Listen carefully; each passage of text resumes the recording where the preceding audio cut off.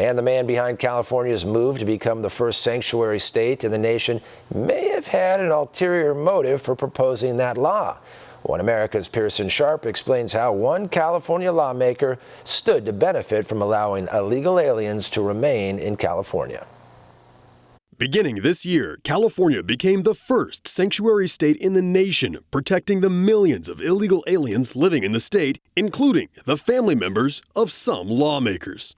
The Sanctuary State Bill, known as SB 54, was introduced in 2017 by Kevin DeLeon, the leader of California's state Senate. He says the bill is aimed at making life easier for the aliens living here illegally, but it turns out he might have had an ulterior motive for the bill.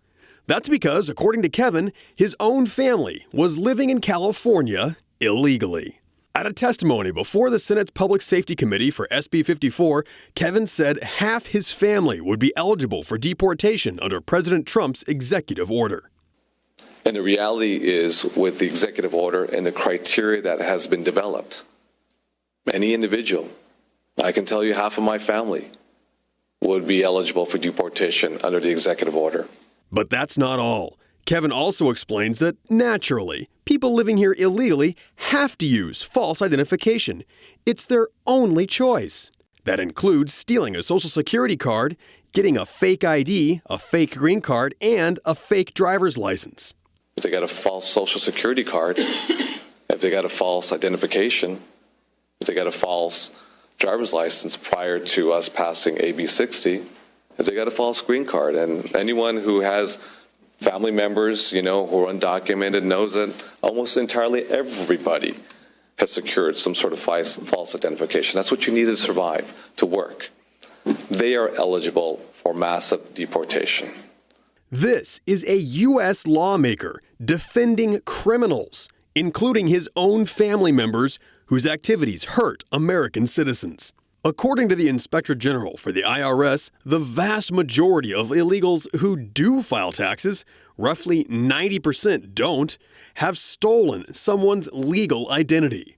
In 2015, some 1.4 million American citizens had their identities stolen by illegal aliens, which causes a major burden on taxpayers who then have to explain incomes they never earned. None of that matters to Kevin DeLeon, however, who dismisses the theft of identities and argues that we have a duty to make our communities safe. Apparently, to Kevin and California's other lawmakers, that means protecting people who broke the law and committed fraud against American citizens. That's the new definition of safe.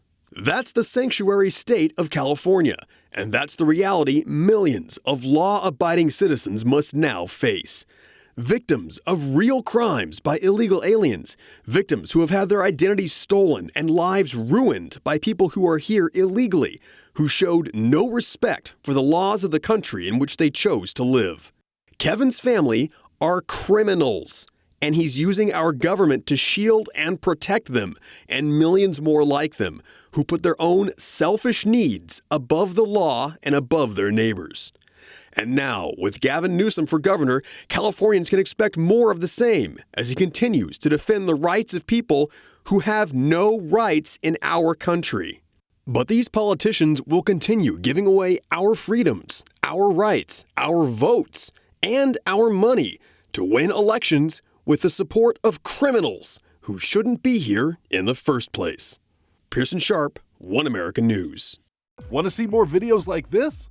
Click on the link below and subscribe to One American News on YouTube, and call your cable provider and kindly demand that One American News is added to your lineup. Call and subscribe today.